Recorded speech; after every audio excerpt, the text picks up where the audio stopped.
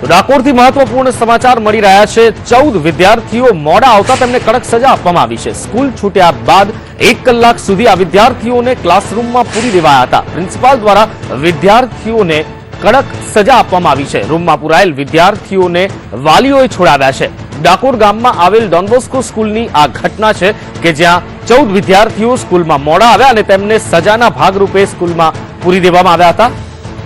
અને આજ બાબતે વધુ માહિતી આપી રહ્યા છે ફોનલાઈન પર સંવાદદાતા જલ્પેશ પટેલ। જલ્પેશ, વધુ માહિતી જણાવશો?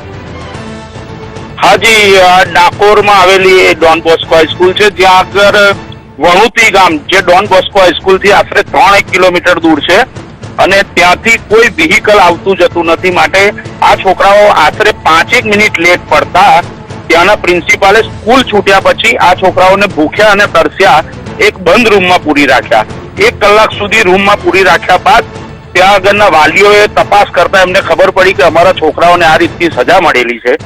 તો વાલીઓ સ્કૂલે પહોંચ્યા અને ત્યાં આગળ પહોંચતા પ્રિન્સિપાલને કોઈ હાજર નહોતું। વાલીઓએ જાતે જ સ્કૂલના દરવાજા ખોલીને, ક્લાસના દરવાજા ખોલીને એમના બાળકોને છૂટા કર્યા।